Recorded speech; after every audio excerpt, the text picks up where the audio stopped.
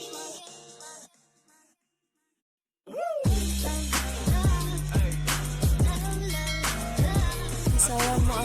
warahmatullahi wabarakatuh. Yang terhormat kepada Ibu Ani Pujiati MA.SY selaku dosen pengampu mata kuliah akuntansi manajemen. Kami dari kelompok 11 yang beragontakan kelompok yang pertama Monica Andreani dan saya sendiri yang Ani Adelia. Nilai risiko perusahaan adalah segala proses kegiatan yang dilakukan semata untuk minimalkan bahkan mencegah terjadinya risiko perusahaan, di mana di dalamnya ada kegiatan identifikasi, perencanaan, strategi, tindakan, pengawasan, dan evaluasi terhadap hal-hal negatif yang kemungkinan akan menimpa usaha. Bisa dibilang juga satu metode untuk mencegah perusahaan mengalami masalah seperti kolaps, kerugian yang besar, gulung tikar, atau dicohi klien dan semacamnya.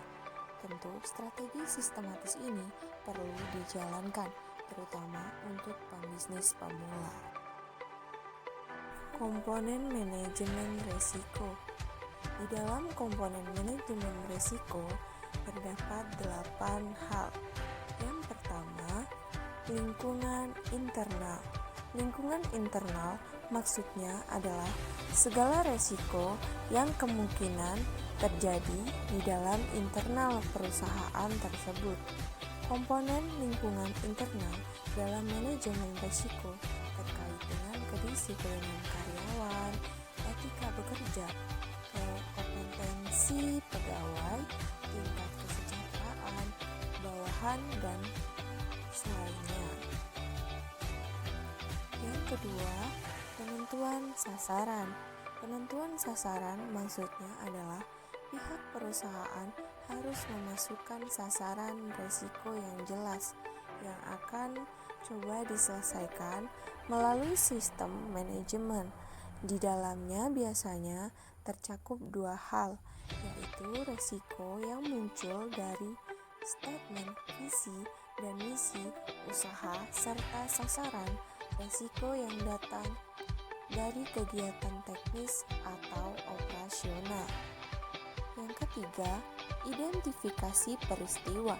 Komponen manajemen risiko yang ketiga ini maksudnya adalah tidak disebutkan manajemen risiko jika pihak perusahaan tidak memiliki data detail hasil identifikasi suatu peristiwa. Seharusnya ini sudah didapatkan sebelum usaha mulai dijalankan. Yang keempat, penilaian risiko. Memungkinkan sebuah organisasi perusahaan ataupun bisnis untuk menilai sebuah kejadian atau keadaan dan kaitannya dengan pencapaian tujuan perusahaan atau bisnis tersebut. Yang kelima, tanggapan risiko. Selain melakukan penilaian terhadap risiko, harus pula menentukan tanggapan atau respon terhadap risiko tersebut. Respon dari manajemen tergantung risiko apa yang dihadapi. Respon atau tanggapan tersebut bisa dalam bentuk yang pertama, menghindari risiko. Yang kedua, mengurangi risiko. Yang ketiga, memindahkan risiko. Dan yang keempat, menerima risiko. Dalam tanggapan risiko ini, di antara keempat hal tersebut haruslah saling memiliki timbal balik yang baik. Hubungan timbal balik yang baik ini maka akan mampu menghindari, mengurangi, atau bahkan agar suatu perusahaan tidak menerima resiko. Yang keenam, aktivitas pengendalian. Setelah diberikan tanggapan, selanjutnya yaitu menyusun prosedur dan kebijakan yang membantu memastikan bahwa respon terhadap resiko yang dipilih memadai dan terlaksana dengan baik. Aktivitas pengendalian resiko ini antara lain: yang pertama, membuat kebijakan dan prosedur. Yang kedua, delegasi wewenang. Dan yang ketiga, pengalaman kekayaan perusahaan. Dan keempat, pemisahan fungsi. Tentunya, pembuatan kebijakan maupun delegasi wewenang terhadap pengalaman kekayaan ini harus memiliki pemisahan fungsi, di mana setiap pengendalian harus disesuaikan dengan penyusunan prosedurnya atau kebijakannya agar aktivitas pengendalian risiko dapat berjalan dengan efektif dan efisien. Yang ketujuh, informasi dan komunikasi. Aktivitas ini berfokus pada identifikasi informasi dan menyampaikannya kepada pihak terkait melalui media komunikasi. Informasi yang relevan didefinisikan, diperoleh, dan dikomunikasikan dalam bentuk dan waktu yang tepat agar personil dapat melakukan tanggung jawab dengan baik. Dan yang terakhir, kedelapan adalah pemantauan atau monitoring. Monitoring adalah komponen terakhir dalam manajemen risiko.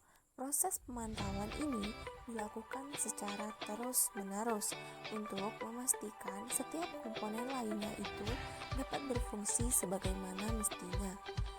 Hal penting yang perlu diperhatikan dalam proses monitoring adalah pelaporan yang tidak lengkap atau berlebihan.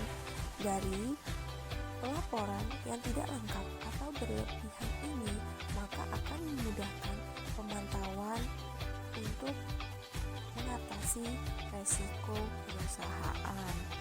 Jenis-jenis manajemen risiko terbagi menjadi 4. Yang pertama, manajemen risiko operasional.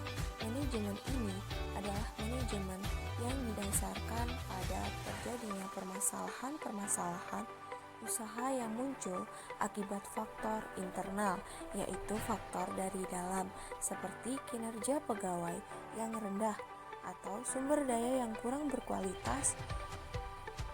Ada pula terjadinya bencana, modal tidak sehat, dan masih banyak lagi yang lainnya. Yang kedua, manajemen hazard. Manajemen ini adalah manajemen risiko yang fokusnya pada masalah yang potensial membuat perusahaan hingga gulung tikar. Biasanya, problem usaha yang dideteksi adalah masalah-masalah yang besar dan berbahaya. Yang ketiga, manajemen risiko strategis. Manajemen ini berkaitan dengan pengambilan keputusan. Risiko yang biasanya muncul adalah kondisi tak terduga yang mengurangi kemampuan pelaku bisnis untuk menjalankan strategi yang direncanakannya. Yang keempat, manajemen risiko finansial. Sesuai dengan namanya, tentu sudah dipahami kalau manajemen risiko ini adalah manajemen yang fokusnya pada keuangan perusahaan.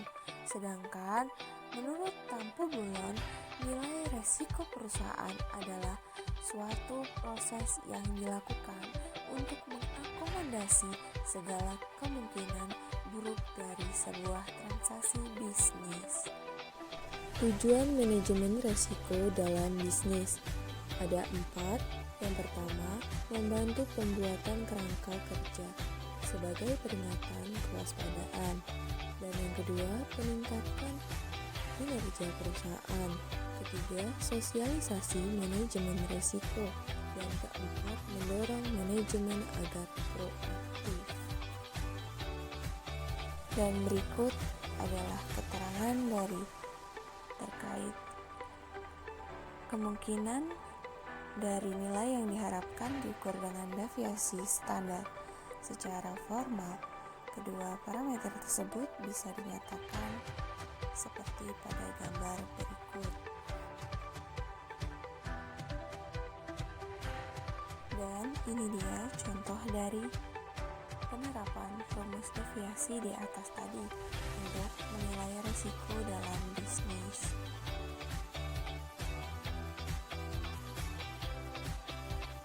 Terima kasih pada yang sudah memperhatikan video ini hingga akhir. Kami akhiri. Wassalamualaikum warahmatullahi wabarakatuh.